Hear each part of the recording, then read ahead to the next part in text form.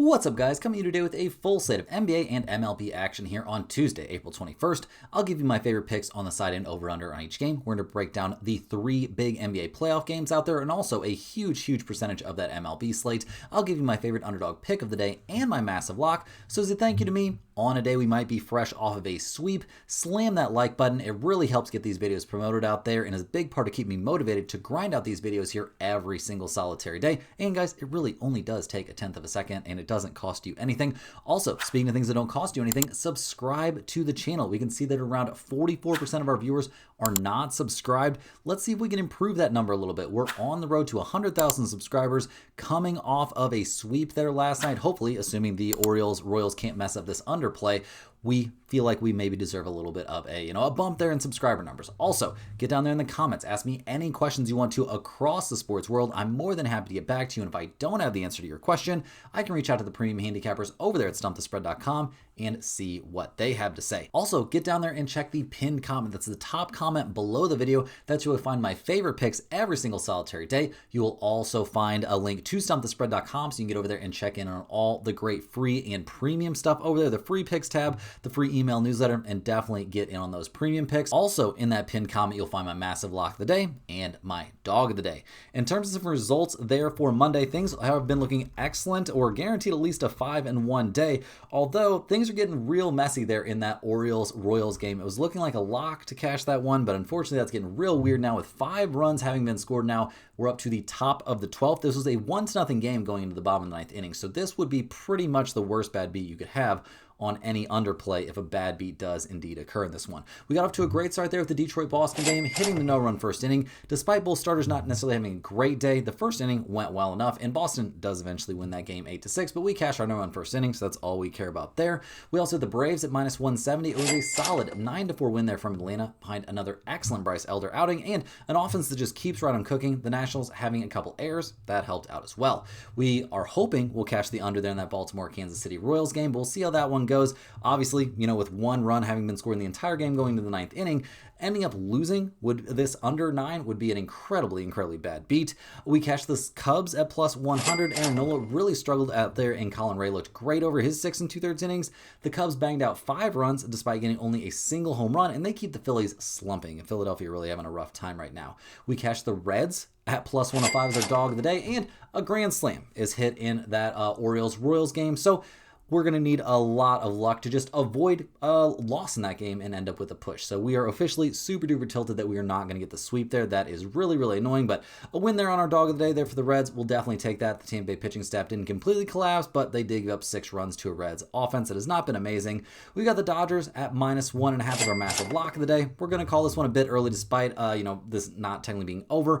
It's the top of the 9th inning. LA's up 10-2. Hopefully we don't end up with 2 insanely bad beats today. Hopefully the Orioles and the Royals are done scoring runs in their current game, but I am tilted out of my gourd that we are not going to get the actual sweep in this game. So we'll see what happens in that one, guys, but let's go ahead and dive in. We got a ton of games to cover. Make sure you hit that thumbs up button. Make sure you're subscribed to the channel. Make sure you're getting over there to stumpthespread.com. Check out all the great stuff over there, and let's get after it. We're going to hop into the NBA side of things here first, and we've got 3 pretty nice games. First up, we're looking at the Philadelphia 76ers heading to Boston to take on the Celtics. The 76ers have to be very concerned with what they saw in Game 1. Not great. They end up losing that one 123-91. Edgecombe, not a great night from him. Obviously, his first playoff game, I'm going to give him a little bit of slack. Maxey was okay, but since he's going to be the focus of every team's defense, that's going to make his life a lot harder. Paul George looks pretty mediocre, only took 8 shots in the game. How that happens, I have no freaking idea. He was a -10. Maxey was a -29. The bench didn't look at either. Justin Edwards struggled. Andre Drummond was a -19. Quentin Grimes was a -13. Overall, just a rough way to go there for the 76ers. No major injuries coming into this game except for the continued absence there of Joel Embiid. He has been ruled out for Game 2. We'll see when he's able to come back from appendicitis, but I don't think we're going to see him, at least not anytime soon in this series. if we see him in this series at all. The Celtics have to be very, very excited with what they saw in game one. Things really, really going their way in pretty epic fashion. 123 points in a blowout win. Tatum was great and very efficient with his 25 points, although he was only 1 of 7 from 3, so could have actually shot the ball quite a bit better. Derek White, not a huge factor offensively, but his defense was fantastic. Jaylen Brown had 26 points, albeit on 21 shots. He did make both of his threes. The bench played pretty freaking well. Pritchard had 12 points on a bad shooting night off the bench. We didn't hate what we saw, honestly, up and down the roster. Like Luka Garza actually had 7 pretty efficient points out there, but the starters really took it to him, and the Celtics won this game convincingly despite shooting only 36% from 3. Definitely a number they could potentially improve upon. So things looking pretty bleak there for the 76ers. The Celtics are 13.5 point favorites here at home. We've got a total of 216.5. The 76ers are 24-18 against spread on the road, 22-15 against spread after loss, 22-20 the under on the road. The Celtics are 24-18 against spread at home, 32-24 against spread after win, 27-15 to the under at home. The over just barely cashed there in game one of this series, and I think it was, it was 213.5. We got to 214, but that was it. I do think we could see an over in this game. I don't think the 76ers are going to shoot 17% from 3 in this one, so I will lean slightly towards the over, but in terms of a side in this game, I struggle to not take the Celtics to get another blowout win and cover. I do think maybe we could see a close game in this one in game maybe 3 or maybe 4, but I think game 2 with the Celtics playing at home, they're going to win this one walking away. In our second game of the evening, we're looking at the Portland Trail Blazers heading to San Antonio to take on the Spurs there in game 2. Game 1 did not go Portland's way. They end up losing that one 111-98, so they didn't really completely let go of the rope. Denny Adjeva actually had a pretty nice game, 30 points on 12 of 21 from the field, only got 6 free throws, and it's kind of hard to ask him to do much better than a 30-piece if he's not going to get a ton of free throws. Scoot had a big game. He had 18 points on very efficient shooting numbers. Drew Holiday, though, could not buy a bucket, guys. He ended up 4 of 15, 1 of 7 from 3. Not a great night from him. The bench also didn't look very good. I mean, we did see Shadion Sharp and Robert Williams III both scoring double figures. Honestly, Robert Williams III was the only one that had much of a decent bench performance. He was actually a +3, the only guy on the roster there for the Blazers that was a plus-minus, except for Shadion Sharp. The Blazers shot only 26% from 3. That's not going to usually get the job done, and they got kind of dominated on the glass. So not a lot of good news there for Portland. They come into this game looking fully healthy and ready to go, so at least that helps, but they're going to have to do something pretty special to figure things out here against the Spurs. They have been killing it. They're off to a great start in this series. They have to be thrilled with what they saw from Wemby in game 1. I will say he got a little bit carried away a couple times, maybe was chasing points and stuff a little bit too much, but he had 35 on the night, pretty efficient shooting numbers, 5 of 6 from 3. I don't think that is something he's likely to replicate very often, but he can shoot it, so I got to give him credit where credit is due. As a team, they did a great job on the boards. All 5 starters looked pretty good. Champagnie didn't take that many shots, but still had 6 points, shooting the ball well there from 3. Devin Vassell, Stephon Castle, really everybody having a good night out there. The bench didn't do anything too crazy, although Luke Cornett did have 10 big points in his 14 minutes. Keldon Johnson played 20 minutes, was not super involved in the offense, but overall, a very good night. They shoot 45% from 3, which I think is a little bit unsustainable, but the defense was excellent, and the rebounding was very, very good as well. No injury concerns really at all here for the Spurs either, and they are 11.5 point favorites in this game. We've got a total of 220.5. Portland is 20-23 against spread on the road, 23-17 against spread after loss, 25-18 to the under on the road. The Spurs, they were 23-17-1 against spread at home this year, 32-28-2 against spread after win, 23-18 to the under at home.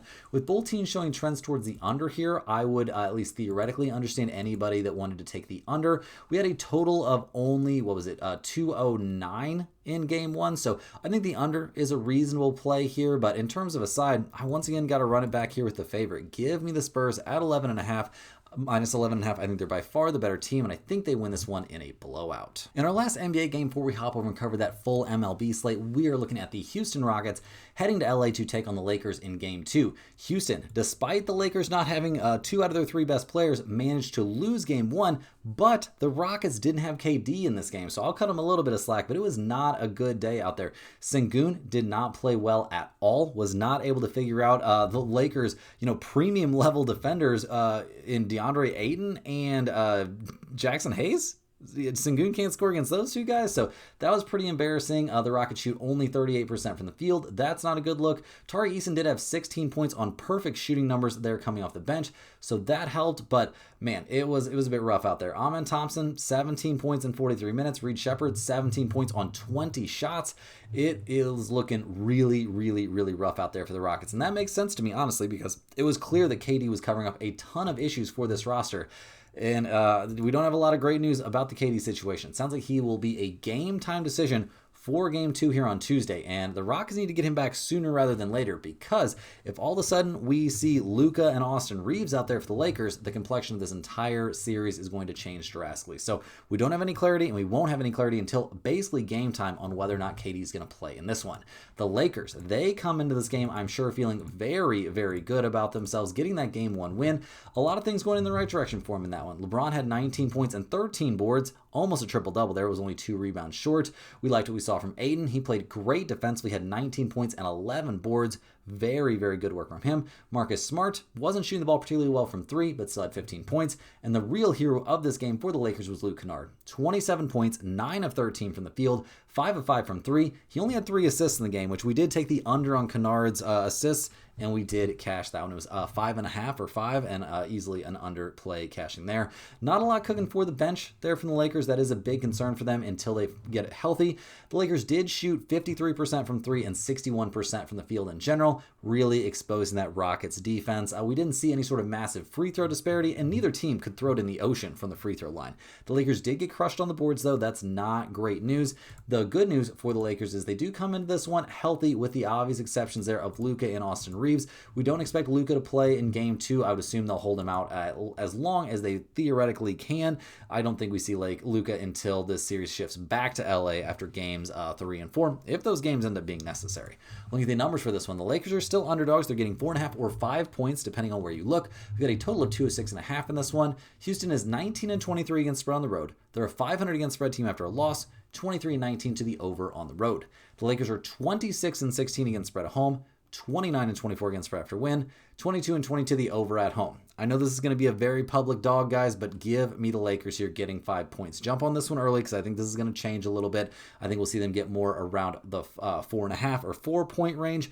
I just think they're a good enough team, even without Luka and Reeves, to make this a real game here against the Rockets, who look just terrible. They looked terrible coming down the stretch this season. I'm not even sure if KD coming back is going to save them, and if he's not at 100%, I definitely don't think it will. So yeah, give me the Lakers here getting those points. Hey guys, before we jump in and cover the full MLB slate, we got to shout out the sponsor of today and every day's video, and that is StumpTheSpread.com. Make sure you're clicking the link in the description or in the pinned comment to go over there and see the top confidence picks from our entire team of experienced cappers. Right now, guys, our premium members are getting daily MLB, NBA, NHL, and UFC picks. Keep in mind, I am not the premium MLB, NHL, UFC, anything like that handicapper over there at StumpTheSpread.com. We have a team of experts covering all the major sports. Every single one of our guys over there has over a decade's worth of experience covering his given sport. They're taking a crazy amount of data points into consideration on every single solitary game. They use some very sophisticated tools and algorithms to make their predictions. You should definitely got to get over there and check out the premium stuff. In addition to the premium stuff over there at StumpTheSpread.com, you got to check out all the great free resources there. Free picks every single solitary day over there under the free picks tab. Don't miss out on those. And you also got to get on that free email newsletter, guys. It's been a treasure trove of fantastic sports betting information. Not only are there free picks and big write-ups on all the niche sports like golf, NASCAR, tennis, WNBA, UFC, those golf write-ups have been out of this world good throughout the beginning of the PGA season. There are also big discussions on different betting strategies. Parlays are included in there. All kinds of fantastic sports betting info. You certainly don't want to miss out on that. And it's really easy to sign up. You just go to StumpTheSpread.com and set up a free account. They're going to ask for your name and your email address. That's it. You get one email straight to your inbox every single day, just jam-packed with great sports betting info. So definitely make sure you're taking advantage of that. Also over at StumpTheSpread.com, you can pick up a Stump the Spread hoodie if you're interested in one of those. We're selling them for $39.99. That is at cost. So definitely pick up one of those if you're interested. That includes free shipping, and it could be to your address of choice. in as little as 7 days. So do not miss out on that. Also, if you're a huge fan of what you're seeing from me here every single solitary day on YouTube, you can click that little join button right below the video to sign up for a YouTube channel membership. YouTube channel members get early access to all of our videos. They get their name up on screen in every single video, but maybe more importantly, they get access to our members only giveaways. We give away a Stump the Spread hoodie here for free to one random YouTube channel member every single Monday and every single Thursday. That's 2 giveaways per week for our YouTube channel members. We really appreciate you guys. It's been great to do those giveaways. The more members we get, the more giveaways we'll do. Put a big wheel on the screen in the Monday and Thursday videos, and we spin that wheel. Whoever it lands on gets that Stump the Spread hoodie mailed straight to their address of choice. So, like I said, huge shout out to the YouTube channel members. Really appreciate everybody that watches these videos in general. Make sure you're hitting that thumbs up button. Make sure you're getting over there to stumpthespread.com. Make sure that you are subscribing to the channel. And now let's dive into this MLB slate. We are actually super tilted because the Baltimore Oriole game that was 1-0 in the 9th inning now has had 12 total runs scored in the bottom of the 12th. So that's great. Let's switch over and look at some MLB and see if we can get that sour taste out of our mouth, losing our sweep there. The first game we're looking at today here on Tuesday is the Houston Astros going on the road to take on the Cleveland Guardians. The Astros come into this game fresh off a Game 1 win there in Cleveland, winning 9-2. They'll definitely take it. It's been a rough way to go for Houston here at the beginning of the season, but maybe they'll figure it out. They're hitting the ball in this one to Ryan Weiss. He has yet to figure in a result this year, but is sporting a 6.75 ERA. His last outing was his first start of the year, and it did not go well there against Colorado. He's had various bullpen appearances, but his last 3 outings, 2 against Colorado and 1 against Seattle, none of them went particularly well. So I'm worried about him, very worried about that Houston bullpen, a 5.66 bullpen ERA, a bit of a disaster there. The offense has been excellent. Obviously, they're coming off a 9-run game. Alvarez has been amazing, 10 home runs, 21 RBIs. Crazy stuff there. They're the second highest scoring team in the majors, but it has not been enough to get them wins. The Guardians, they come into this game obviously probably a little bit irritated with how Game 1 went. They'll hand the ball in Game 2 to Parker Messick. He has been lights out this year. This 25-year-old lefty has looked nuts. 3-0, a 1.05 ERA. He did give up 2 earned runs over 8 innings against the Orioles his last time out. Over the course of this year, he's given up 3 earned runs over 4 starts. All of those outings were wins for the Guardians. I mean, he has looked dominant. He's faced the Dodgers, Cubs, Braves, and Orioles this season and has looked fantastic against all of them.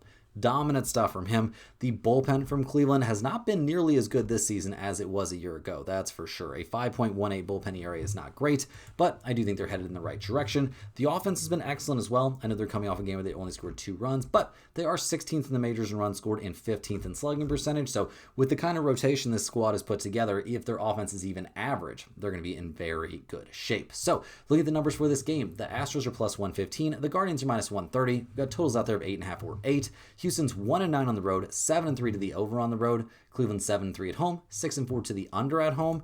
Not super interested in the totals for this game, but I will definitely be taking the Guardians here at minus 130 with Parker Messick on the mound. That seems insane. I would never fade him in this spot, especially at that kind of price, and it's a bounce back spot for the Guardians. I definitely think they're in good shape in this one. Next on the docket, we got the Cincinnati Reds heading to Tampa Bay to take on the Rays. Slam that thumbs up button if you enjoyed cashing the Reds with us yesterday as our dog of the day.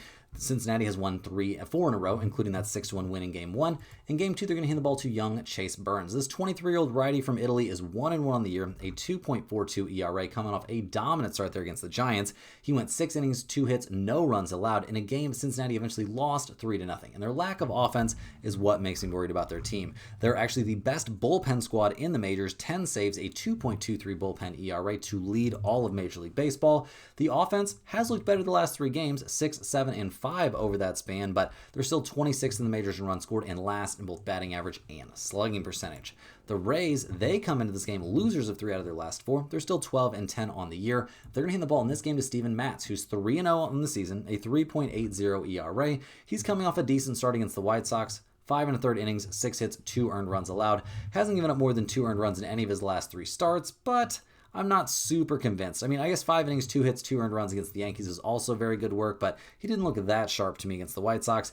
It does have to be said, though, that the Rays are 4-0 in his 4 starts this year. Tampa Bay's bullpen has not been good. One of the worst 5 or 6 bullpens in the majors, a 5.28 bullpen ERA, is definitely concerning. And the offense has struggled their last 2 games, scoring 1 and 3 respectively. Although over the course of the year, they're 3rd in batting average and 11th in runs scored. The odds makers have this one as a flip. Both teams are minus 110. We've got a total of 7.5 in this game. The Reds are 8-2 on the road, 5-4-1 to the over on the road. Tampa Bay is 4-2 at home, for 1-1 to the over at home.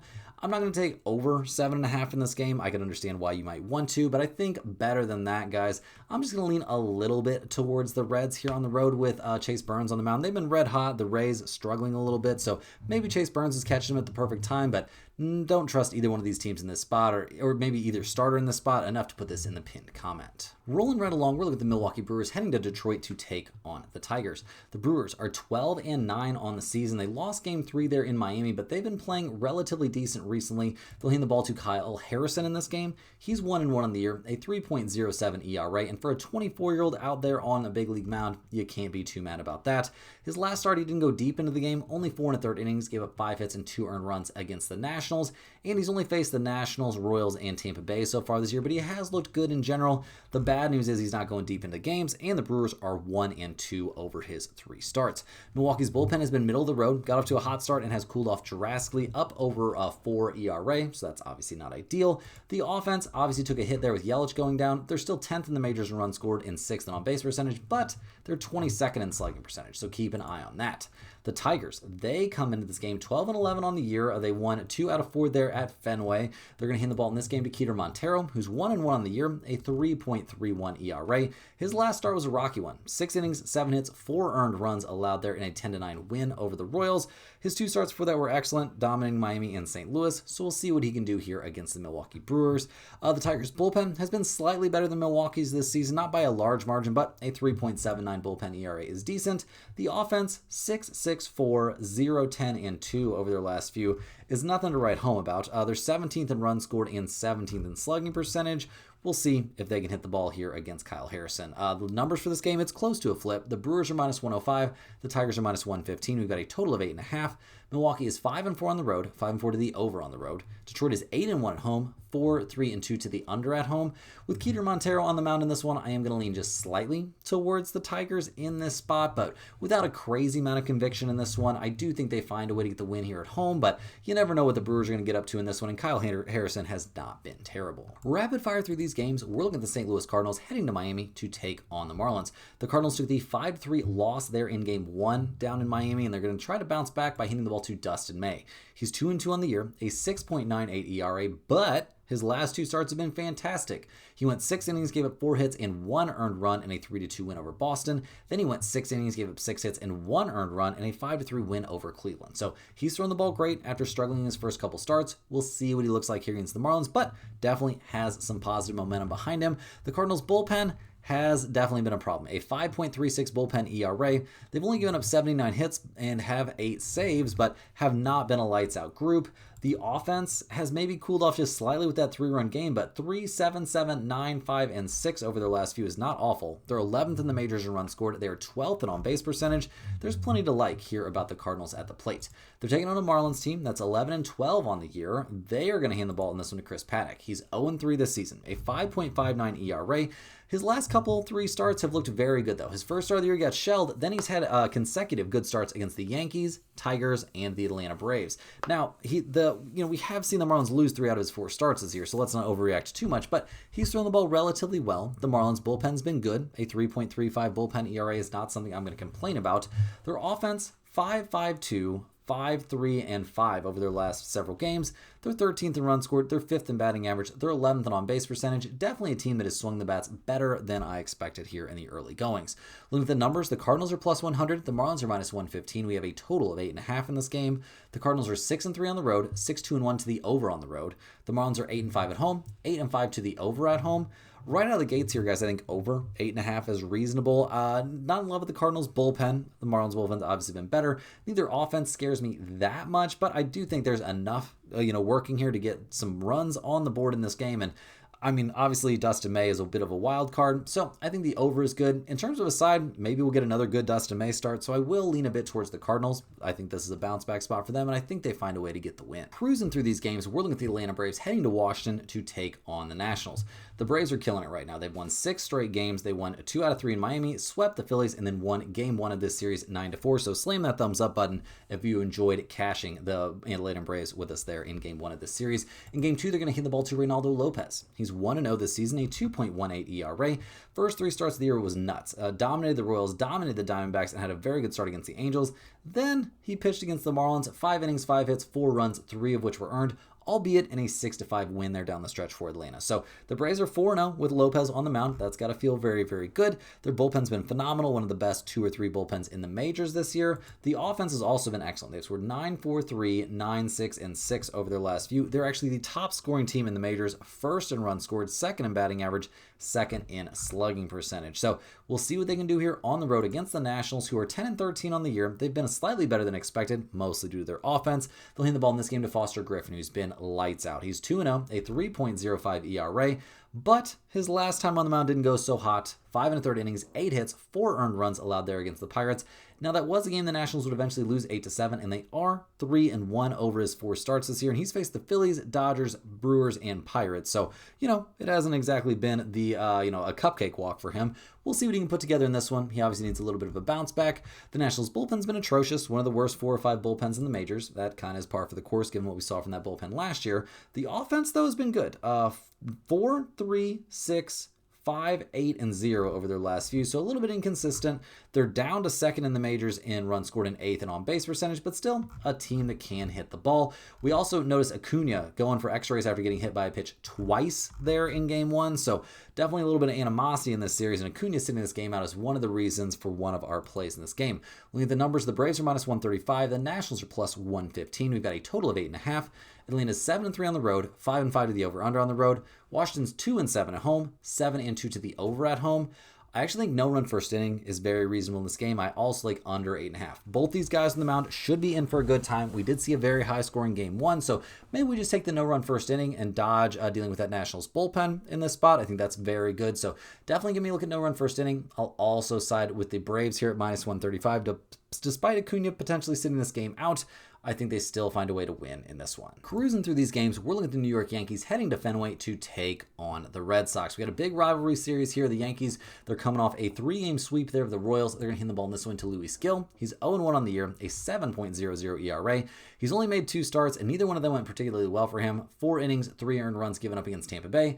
5 innings, 4 earned runs given up against the Angels. So they're hoping he improves. I don't know if that's a reasonable hope. The bullpen has also not been great for the Yankees, an ERA of 4.13. That's not ideal either. The offense came alive there against the Royals, but let's keep in mind that it was the Royals and not overreact. They're 9th in the majors in runs scored. They're 4th in slugging percentage, but 26th in batting average. Doesn't make me super happy. All that being said, Aaron Judge has 9 home runs and is only batting .232, so that number is going to improve. They're taking on a Red Sox team that just won 2 out of 4 against Detroit, winning game 1, losing games 2 and 3, and winning game 4.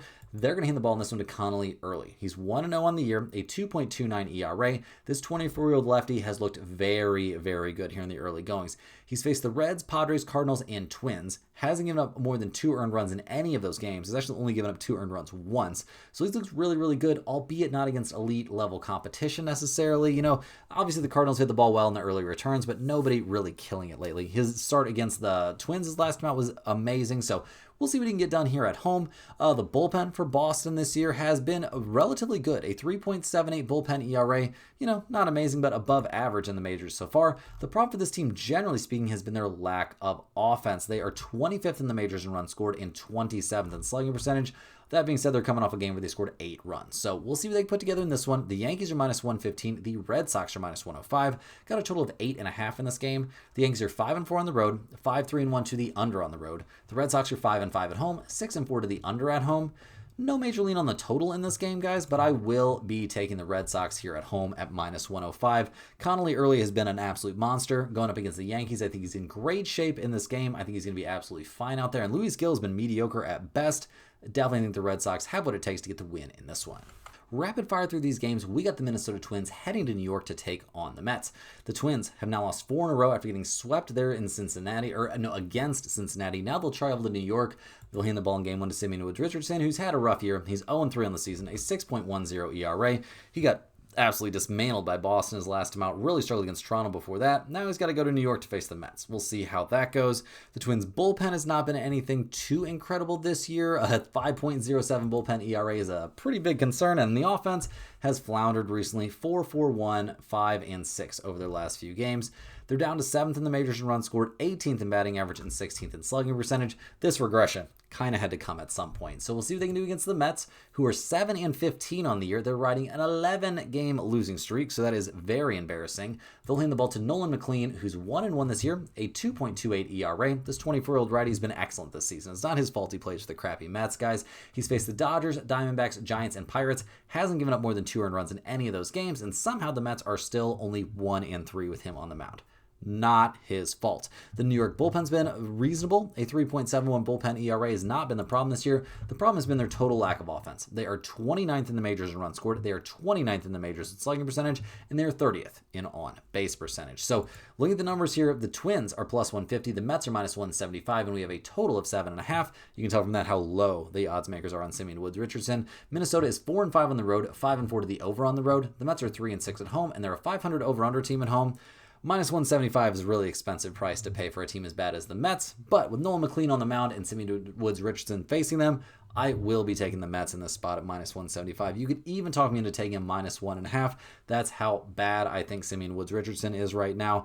Also, it's not like the Twins' bullpen's been amazing, so yeah, give me a good look at the Mets here at minus 175. Honestly, guys, after what happened in Game 1 of this series, I don't even want to look at this one, but in Game 2 between the Orioles and the Royals, we got to look at it anyway. The Orioles will hand the ball in this one to Shane Baz. He's 0-2 on the year, a 4.91 ERA. He hasn't looked good in either of his last 2 starts, struggling in San Francisco and struggling against Cleveland. The Orioles bullpen has been decent, a 3.57 bullpen ERA, but the offense, while they did come up with 7 runs, extremely, about as late as you could possibly come up with any runs. They hadn't scored until the 9th inning and cost us our underplay, but, I don't want to get into that again.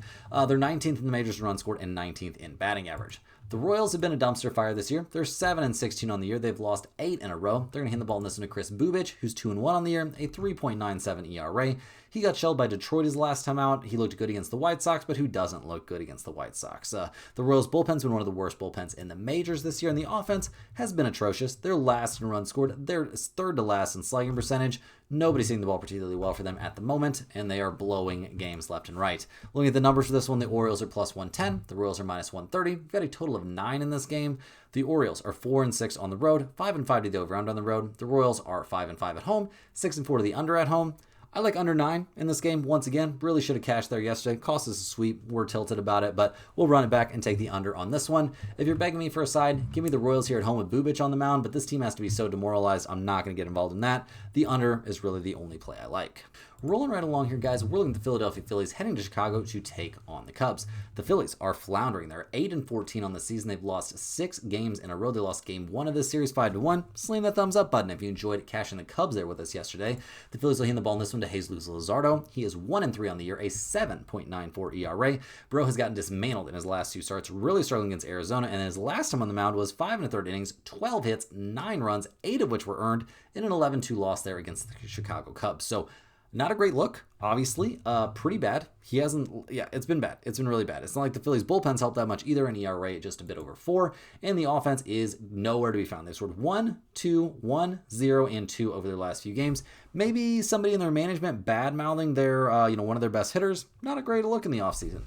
We'll see what it looks like here against the Cubs, who come into this game playing great. They've won 6 in a row. They're going to hand the ball to Shota Imanaga in this game, who's 1-1 on the year, a 2.45 ERA. His last time out was against the Phillies. This is a rematch of starters here in that 11-2 win. He went 6 innings, 3 hits, 1 run allowed, struck out 11, and walked 1. Excellent stuff there from Imanaga. The Cubs bullpen has been reasonable this year as well. A 3.51 bullpen ERA has them in the top 6, top 7 in the majors. And the offense, it hasn't been going nuts, but 5, 2, 4, 12, 11, and 10 over their last few will definitely get the job done. They're 7th in runs scored. They're 10th in batting average. A lot to like. Looking at the numbers for this one, the Phillies are plus 100. The Cubs are minus 120. We've got a total of 8.5 in this game. The Phillies are 3-3 on the road, 4-2 to the under on the road. The Cubs are 7-5 at home, 6-6 to the over/under at home. I mean, this has to be the most public spot in the world, so maybe I'm walking into it here, but definitely give me the Cubs at minus 120. Imanaga just dominated them the other day. The Cubs just hit the crap out of Luzardo the other day. I don't think this one should be that much different. Definitely give me the Cubs here. Minus 120 is a crazy, crazy affordable price. Unfortunately, guys, got to skip a couple games here because they didn't have numbers out at time of recording. But next up, we're looking at the Toronto Blue Jays heading to Los Angeles to take on the Angels. These two teams are actually playing right now with Toronto at 4-2 in the bottom of the seventh, so they're looking good so far in Game 1. In Game 2, they'll hand the ball to Patrick Corbin, who has yet to figure in a result this season, a 4.66 ERA coming off a very good start there in Milwaukee. 5 2/3 innings, 4 hits, 1 earned run allowed in a game that unfortunately for Toronto ended in a 2-1 loss for them. The bullpen for Toronto this year has had its issues for sure. A 4.89 bullpen ERA is not great. The offense put up 10 runs in their final game against Arizona, only 4 runs in their current game, 23rd in runs scored and 14th in slugging percentage, while being 8th in batting average. Isn't all bad, but obviously isn't all good. The Angels are 11-12 on the season. They're coming on, well, I mean, obviously they're down 4-2. They lost 2 out of 3 against the Padres. They're going to hand the ball in this one to Jack Kohanowitz. He's had a great year. He's 2-0, a 3.47 ERA. His last start, he did give up a little bit there against the Yankees at Yankee Stadium. 6 2/3 innings, 4 hits, 3 runs, all of which were earned. He gave up a home run, walked 4, and struck out 6. Control's been a little bit of a concern over the last couple of games, but he's looked really, really good in general, especially over his last 3 outings. So I'm expecting good stuff from Kohanowitz in this game. I'm also expecting mediocre stuff from the Angels bullpen. That's pretty much the norm for them. Their offense, 2-1-1-8 over their last few. Is not like they're hitting the cover off the ball. They're 24th in batting average. They are 9th in slugging percentage and 7th in on-base percentage. So we'll see how long they can keep this up. Looking at the numbers for this game, guys. The Blue Jays are minus 110. The Angels are minus 110. We've got a total of 9.5. Toronto's 2-7 on the road, 5-4 to the over on the road. The Angels are 4-5 at home, 5-4 to the under at home. I actually think with these two guys on the mound, no run first inning is not a crazy idea at all. I don't expect these two teams to come out of the gates super, super hot. We did see a run scored in the first inning in Game 1 of this series. I think we might not see that in inning 2 or in Game 2. In terms of a side, I'm going to lean just slightly towards the Angels here playing at home in what looks like it's going to be a bounce back spot, but I think the better value is that no run first inning. Rolling right along here, guys, we've got the Athletics heading to Seattle to take on the Mariners. The Athletics just lost 2 out of 3 against the White Sox, and they're down to 11-11 on the year. They'll give the ball in this game to Jacob Lopez, who's 1-1 this season, a 6.38 ERA. His last outing, 5 innings, 3 hits, 2 earned runs allowed against the Rangers, albeit in a game we saw the Athletics lose 9-6. He's been mediocre in a few of his starts and bad in some of them, so we'll see what they get out of him in this game.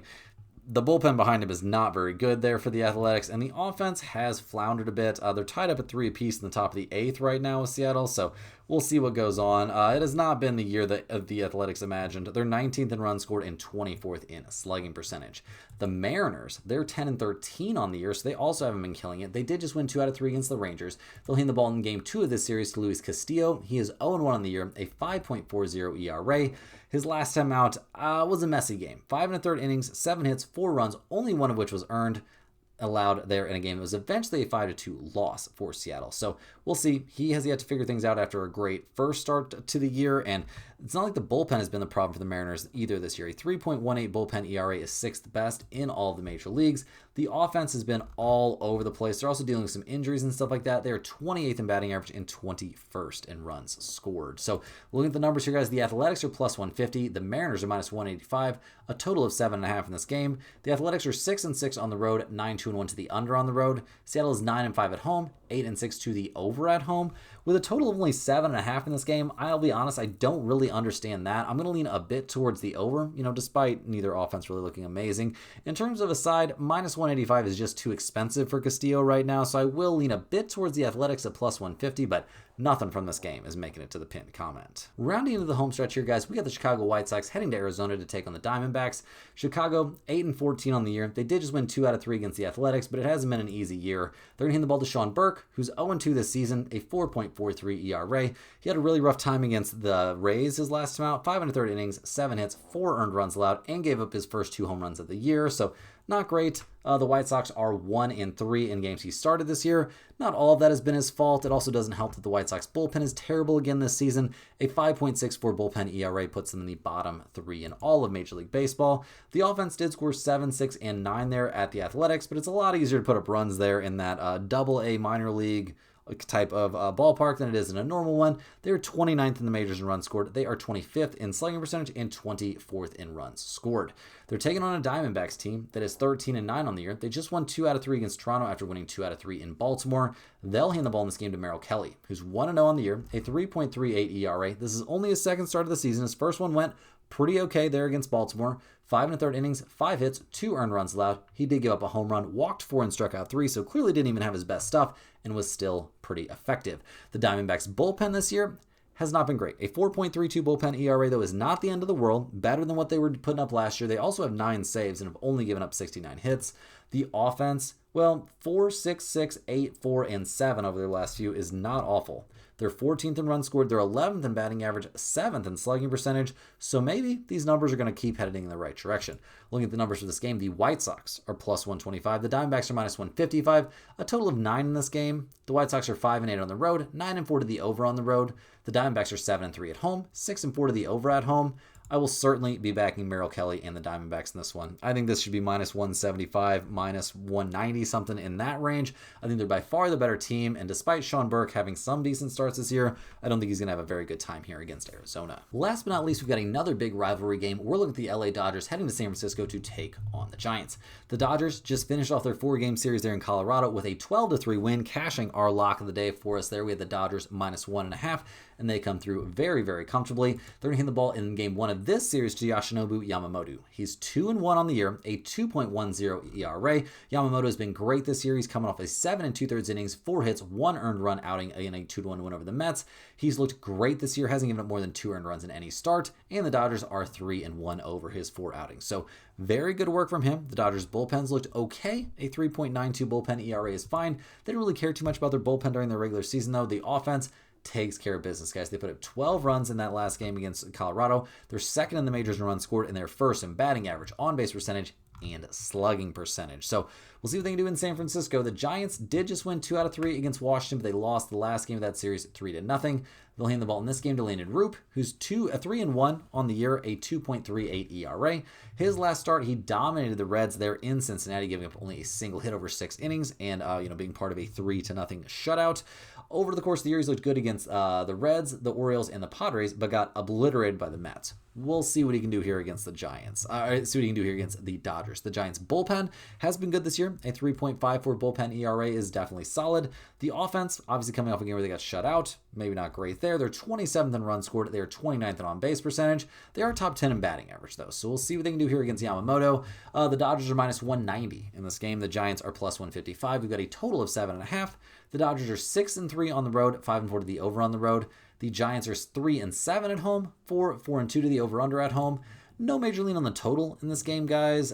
Maybe a slight touch of the over would make sense to me.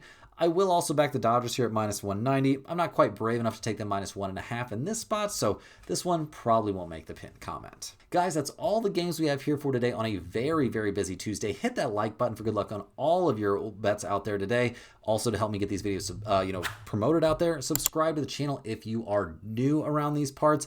Really appreciate all the new subscribers we've been getting. Let me know in the comments any questions you have on today's slate. I'm more than happy to get back to you.